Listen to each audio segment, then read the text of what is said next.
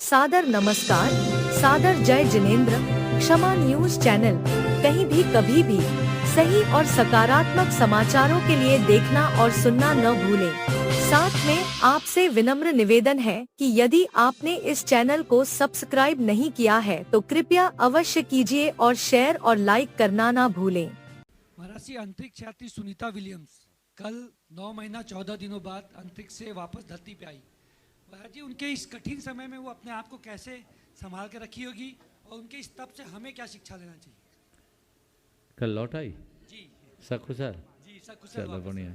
हाँ चलिए, निश्चित ये 9 महीना 14 दिन उनके लिए एक बहुत ही अलग दिन के रूप में रहे होंगे। चले तो गए हैं, आने का अभी कोई ठिकाना नहीं। लेकिन मेरा मानना है, जब कोई व्यक्ति किसी बड़े लक्ष्य को लेकर के चलता है और जिसके सामने लक्ष्य होता है, उसको रास्ते की रुकावटें नहीं, जीवन की मंजिल दिखाई पड़ती। हम अगर अच्छे लक्ष्य को लेकर के चलते हैं तो रुकावटें को देखें नहीं, केवल अपने मंजिल को देखें। जो रुकावटों को देखते हैं वो रोते हैं और जो मंजिल को देखते हैं वो उपलब्धियों तक पहुंचते हैं। मुझे लगता है कि सुनीता विलियम्स जो लौट के आई, ये हम सब के लिए बहुत ही प्रसन्नता का विषय है। भारतीय मूल की महिला ने एक बहुत बड़ा काम किया जो सबके लिए चुनौती थी, और मैं पूरे के पूरे इस टेक्नोलॉजी और विज्ञान से जुड़े लोगों को साधुवाद दूंगा और ये कहूँगा कि इच्छा शक्ति के आगे कुछ भी काम अधूरा नहीं होता, वो रह सकता है और चीज़ें हमारे साथ पूरी हो सकती है। तो वो आगे बढ़ करके ये काम की, ये हम सब के लिए एक बड़ी उपलब्धि के रूप में परिवर्तित हुई है। हमें इसे ध्यान रखना चाहिए। मुझे नहीं लगता कि वो बहुत ज़्यादा विचलित हुई होगी। हमें तो एक साधक की तरह रखना चाहिए। वो तो जब गए तब भी सिर पर कफन बांध कर गए, है ना। गए हैं, जाने के टाइम में ही तय था, क्या पता आ पाए या ना पाए, लेकिन गए, सिर पर कफन बांध करके गए। उनके सामने उनका लक्ष्य था, एक बहुत बड़े इतिहास को रच गए। हमें ऐसे लोगों से प्रेरणा लेना चाहिए और अपने जीवन के क्रम को आगे बढ़ाना चाहिए। मंच पर परम पूज्य निर्वेद सागर जी महाराज यहाँ पर उपस्थित हैं और उनके ड्रस्त अवस्था के भैया दीपक जी, भावना जी यहाँ पर इस सभा में बैठे हुए हैं। जोरदार तालियां बजा दीजिए आप उनके लिए। तालियों में कंजूसी नहीं। दीपक जी, भावना जी आए और मैं चाहूँगा यहाँ की ट्रस्ट कमेटी, पहले उनका गुणायतन परिवार, वहीं पर जो है, हाँ यहाँ आगे आ जाए।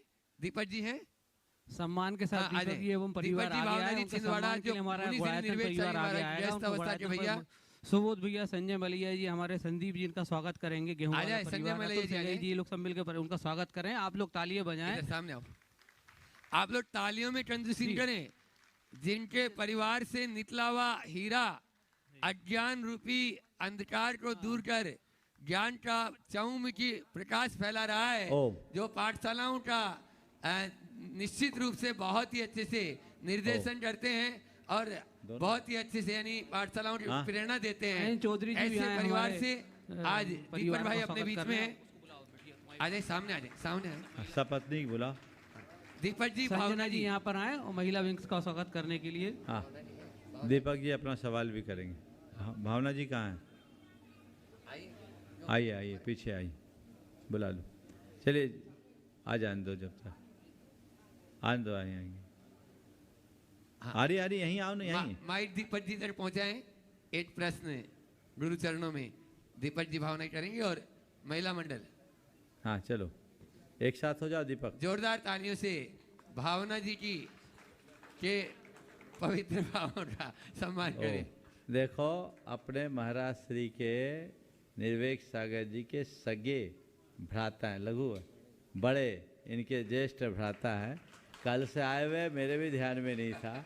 और बहुत बहुत एक बार सब लोग जोरदार जोरदार अभिनंदन करें। दीपक भाई सवाल करें।